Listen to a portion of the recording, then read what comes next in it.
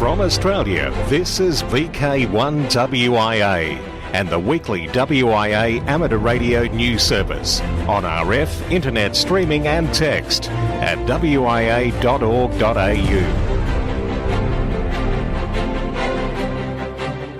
Guess what? It's me, Graham, VK4 Baker with the national news from the WIA for week commencing October 11, 2020.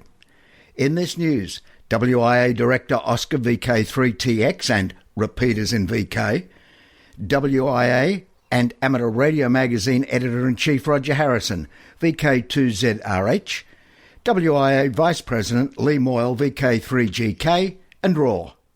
Also making, breaking but never faking our news, we hear how a king gets a rig, how astronaut Kate Rubins will vote in the US presidential election, Felix VK4 FUQ checks out the dancing man, and Cole has both the good and the bad news for space comms.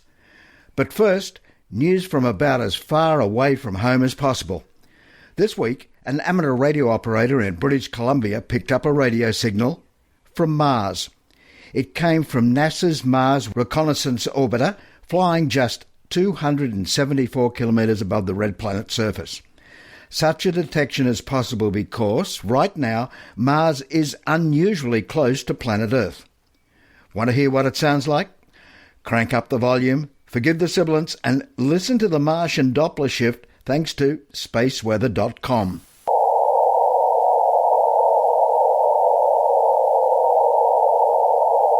This is VK1WIA. All points of contacts from today's news stories are to be found in print when you read the web editions, www.wia.org.au. This is Oscar VK3TX. Help us to help. In different scenarios has been asked where you can get an updated repeater database. WIA aims to keep Australia's repeater listing up to date, but to do that, we depend on information provided by repeater operators, and there is where you play a vital role. We would like to call you to let us know of any additions, changes, or corrections that need to be made to the Australian repeater directory to keep connected all our fellow amateurs in the country. It is simple. Please send your information to tagrep@wia.org.au or by mail to WIA Repeater Directory, PO Box 2042, Bayswater, Big 3153. Please follow the simple submission guidelines found at the end of the Australian Repeater Directory located in our webpage. This is Oscar VK3TX for WIA National News. This is Roger Harrison, VK2ZRH, Editor-in-Chief of Amateur Radio Magazine. As you learned from my segment last week, issue number 4 has rolled off the press and is on its way. Likewise, the electronic edition will be available on a hard drive for downloading this coming week. Look out for your email from the WIA. Get those electrons streaming. Aside from the pleasures of portable pursuits, there are other topics to read about in issue number 4. As you know, the WIA is celebrating its 110th anniversary. Haven't we come a long way? Our leading article on the subject, from WIA historian Peter Wolfenden, VK3RV, lays out the fascinating story of what happened when governments ruled the ether. Across the globe, in the aftermath of World War I, wireless experimenters were clamouring to get their operating licences back after the lockdown brought on by that conflict. In America, the ARRL had secured the goal after some high-level, high-energy lobbying. In Australia, no such luck. Then, the well-known, well-connected industrialist and managing director of Amalgamated Wireless Australia, Ernest Fisk, later to be knighted when such accolades mattered, took sides in the battle and became a key figure in releasing the Australian government's grip on wireless spectrum here. At the time, 1919, Fisk was president of the very young Wireless Institute of Australia, New South Wales Division. Who knew?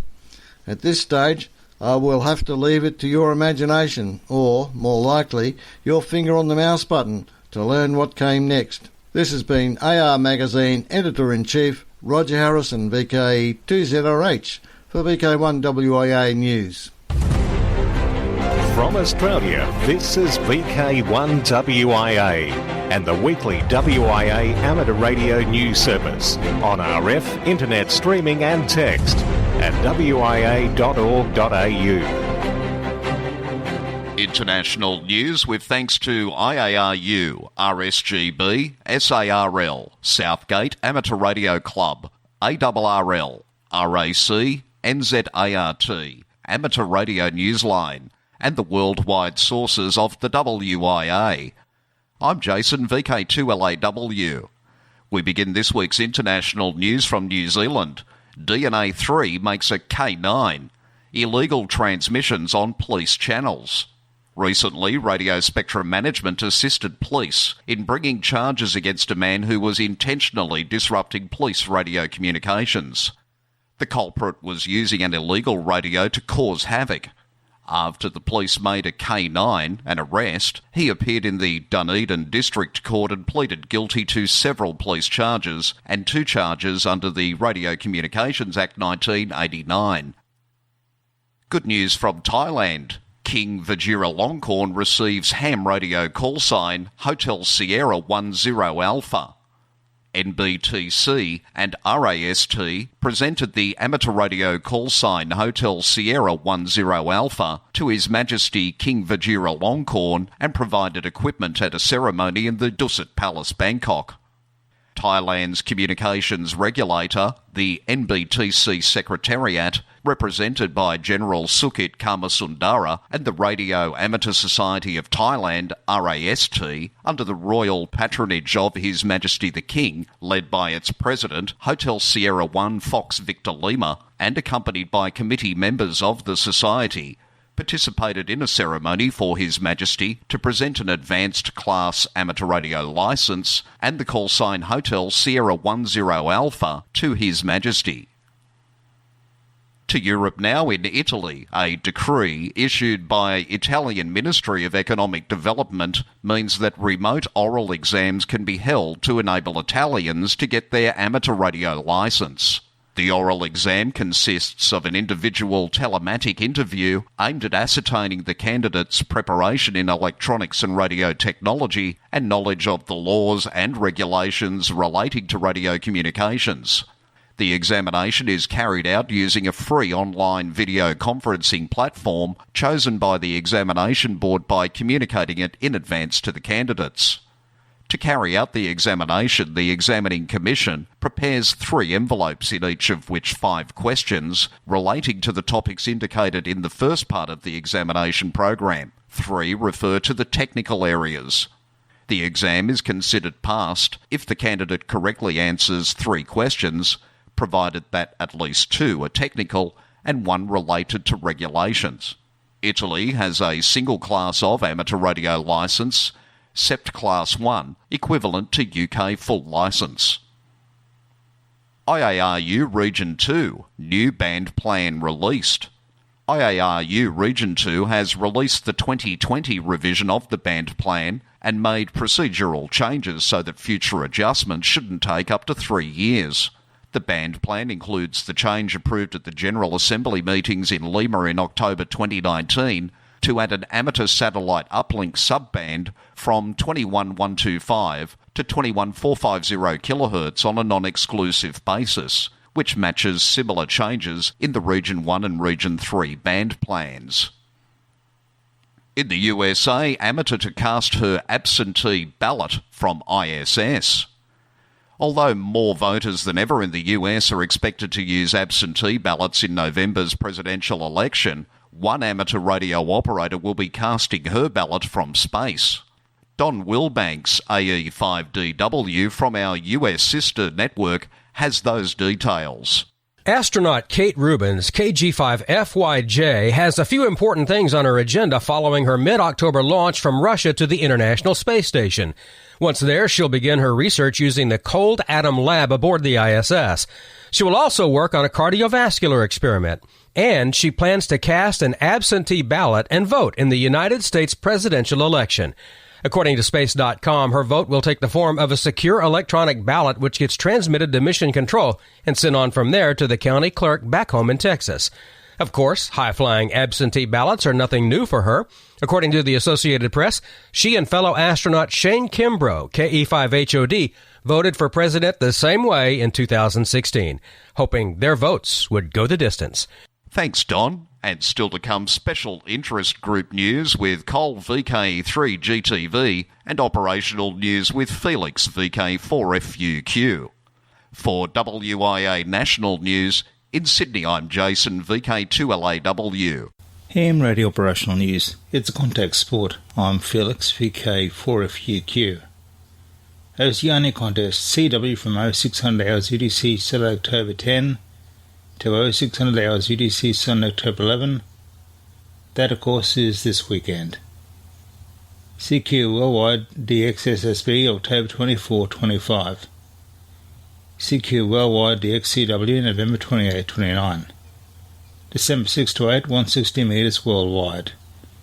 December 14-15, 10 metres worldwide. All major Australian contests, rules and results are on the contest section of the WIA website. And looking ahead to next year, 2021, the first major Aussie contest is slated for January. That contest is, of course, the Ross Hale Memorial VHF-UHF contest. The Ross Hale is a DX contest where points are awarded for distances worked. There are also band multipliers to encourage activity in the high bands, with the aim of the contest to encourage and to reward achievement in working the greatest possible distances on the VHF, UHF and microwave bands. The contest was established in 1950 to honour the memory of the late Ross A. Hull and his pioneering achievements in the study of tropospheric propagation and the development of new equipment techniques for the higher bands.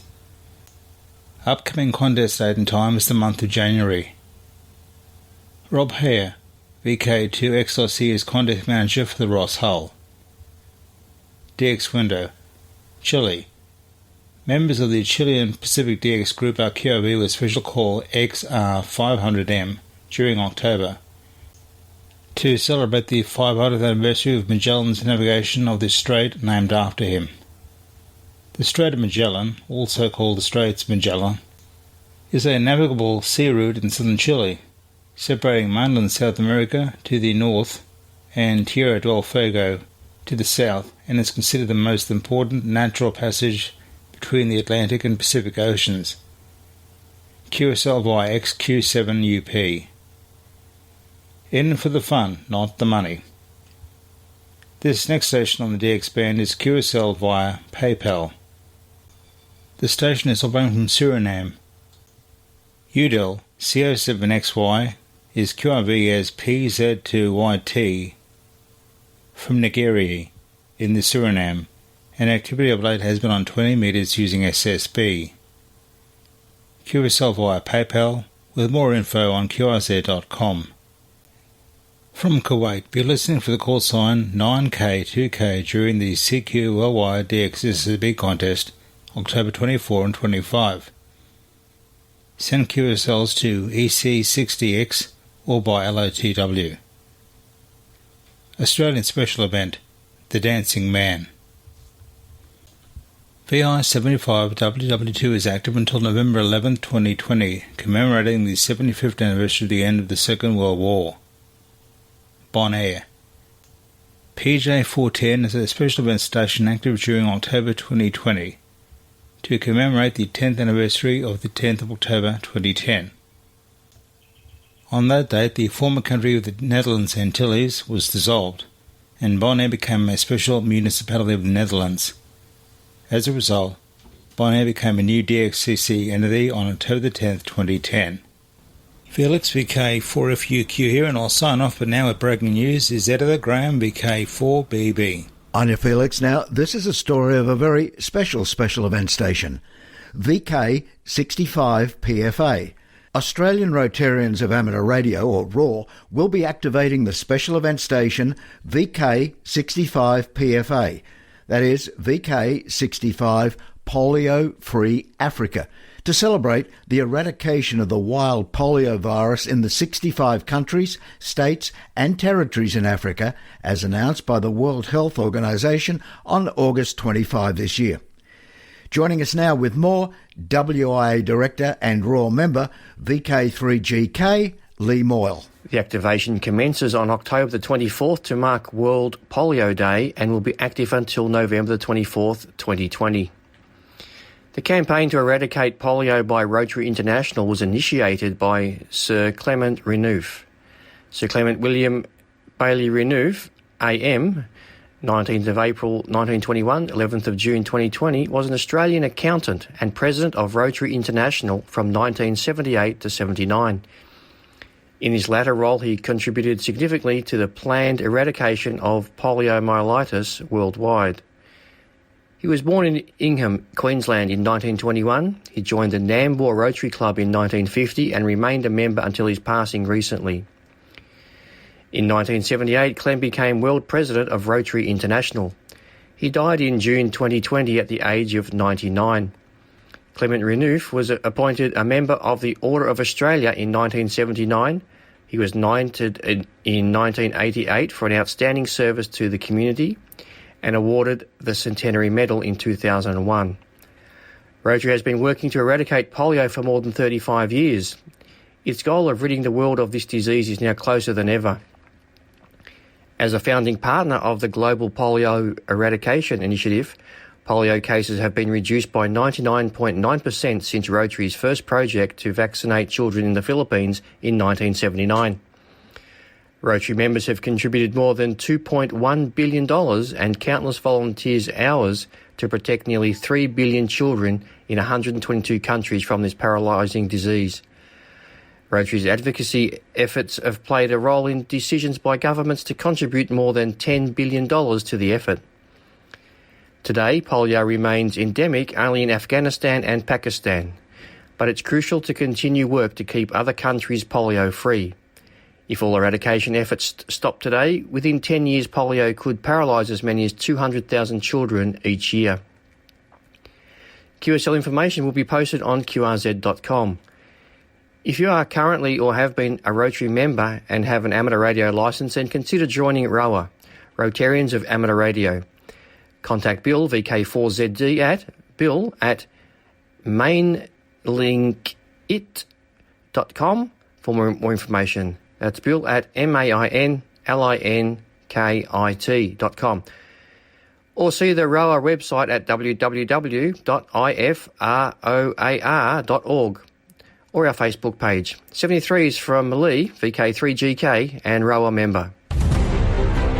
From Australia, this is VK1WIA and the weekly WIA amateur radio news service on RF, internet streaming and text at wia.org.au. Now at the Q News workbench, or maybe even the study bench, RSGB releases Foundation Practicals videos. The RSGB has just launched a series of videos to help the thousands of people who've taken their foundation exam. The full 30-minute video highlights 6 practical skills, and each segment stands alone rather than being part of a single story through the video. As well as this whole video, the RSGB has published the different segments as separate short videos to make it easier to go back to just 1 or 2 parts again. With the launch of these videos, the Society is now pleased to add to the resources that new licensees have available, and would also like to thank Transmission Factor, who worked with the Society on these fantastic videos. Well worth a watch. You are listening to the weekly amateur radio news service from VK1WIA. However, in the Upper Spencer Gulf region of VK5, you may be watching a visual adaptation of the news at 7 p.m. local via the VK5 RDC digital amateur television repeater, or on the stream at batc.org.uk/live/VK5BD. This has been Bevan, Victor Kilo 5, Bravo Delta. Hello, I'm Cole, VK3GTV, with Worldwide Special Interest Groups News. And first up, it's ATV. Every pixel tells a story. And it's good to be able to report that there is close to 100 weekly subscribers already to the YouTube video adaptation of this, your WIA National News Service. Videographer Bevan, VK1WIA, does a superb job and it's worth a peek. Just search WIA News VK1WIA on YouTube, or even easier, click on the link we like in this week's edition of the Planet's Top News for Hams on wia.org.au. Speaking of planets and other space news, it's Worldwide Special Interest Group's Final Frontier. And first, the good news. More astronauts earn amateur radio licenses. Although the lockdown of Johnson Space Centre postponed amateur radio training and licensing over the past 7 months, NASA ISS Ham Project Coordinator Kenneth Ransom, N5VHO, was able to work with all of the new astronaut class graduates, as well as offer some refresher courses with already licensed astronauts. Licensed astronauts on the International Space Station may operate the on-station ham radio equipment without restrictions. NASA astronaut Kayla Barron, who completed her introductory course in June and received basic ham radio operations training in late September, recently passed the exam and received the call sign KI-5LAL. European Space Agency astronaut Matthias Mara passed the amateur radio exam on July 30 and received his basic ham operations training in July. He's now KI-5KFH. Astronauts Shane Kimbrough, KE-5HOD, and Shannon Walker, KD-5DXB, completed the refresher course earlier this year. 2 other new astronauts are in the queue to take the technician license exam. Astronauts often participate in amateur radio on the International Space Station, contacts with schools and groups on Earth, and as we'll hear shortly, will celebrate 20 years. NASA is commemorating the milestone with a newly produced infographic highlighting the educational contacts via amateur radio between astronaut crew members and students. Over its 20 years, ARIS has supported nearly 1,400 scheduled ham radio contacts with schools, student groups and other organisations. As I said, that was the good news. Now for the bad. The FCC deletes 3.4 GHz amateur satellite service allocation. The AMSAT News Service reports that at its open meeting on September 30th, the Federal Communications Commission adopted a report and order that sunsets amateur use of the 3.3 to 3.5 GHz band. The spectrum includes the 3.4 to 3.41 GHz amateur satellite service allocation. AMSAT had previously filed comments opposing the FCC's proposal to delete the spectrum. Worldwide Special Interest Groups Rescue Radio Simulated Emergency Test. On Saturday, October 31st, for what is certainly the first time in history, the upcoming Simulated Emergency Test, SET or SET, will be held during a real global pandemic, not a simulation. The SET is a North America-wide exercise in emergency communications which is administered by radio amateurs of Canada and the American Radio Relay League.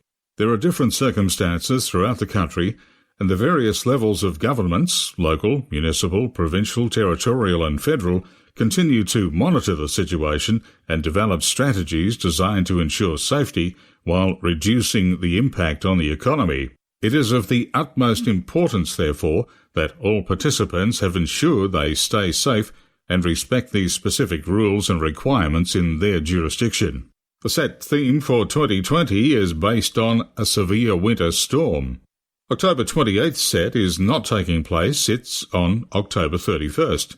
Back on October 3rd, the Austrian emergency exercise Off the Grid was just that. Due to a thunderstorm over eastern Austria, Austria Off-Grid 2020 was cancelled. Seems control stations located in the area of the lightning bolts were unable to make any transmissions, as further transmissions would have had to take place after the reported end of the exercise. It was terminated. I'm Cole, VK3GTV, and I'll catch you next week with more Worldwide Special Interest Group news. Wrapping up now with the 2020 social scene. Saturday, October 24, in VK7 it's the Miena QSO Muster, and VK4 it's Sunfest 10am Nambour. VK4, November, Rockhampton Amateur Radio Club Annual Dinner, the 28th. In VK4, TARC Christmas Party Sunday the 13th, and on Friday the 18th of December, it's the TARC Christmas Lights Tour. January, VK4 and still in Townsville, well, Bluewater, it's the TARC, the Townsville Amateur Radio Club's Australia Day Long Week Family Radio Camp. January 21 to 26. VK2 Wyong Field Day, February 28.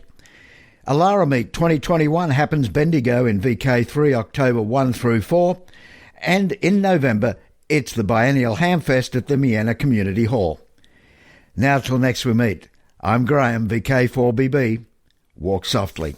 This is VK1WIA. All points of contacts from today's news stories are to be found in print when you read the web editions www.wia.org.au.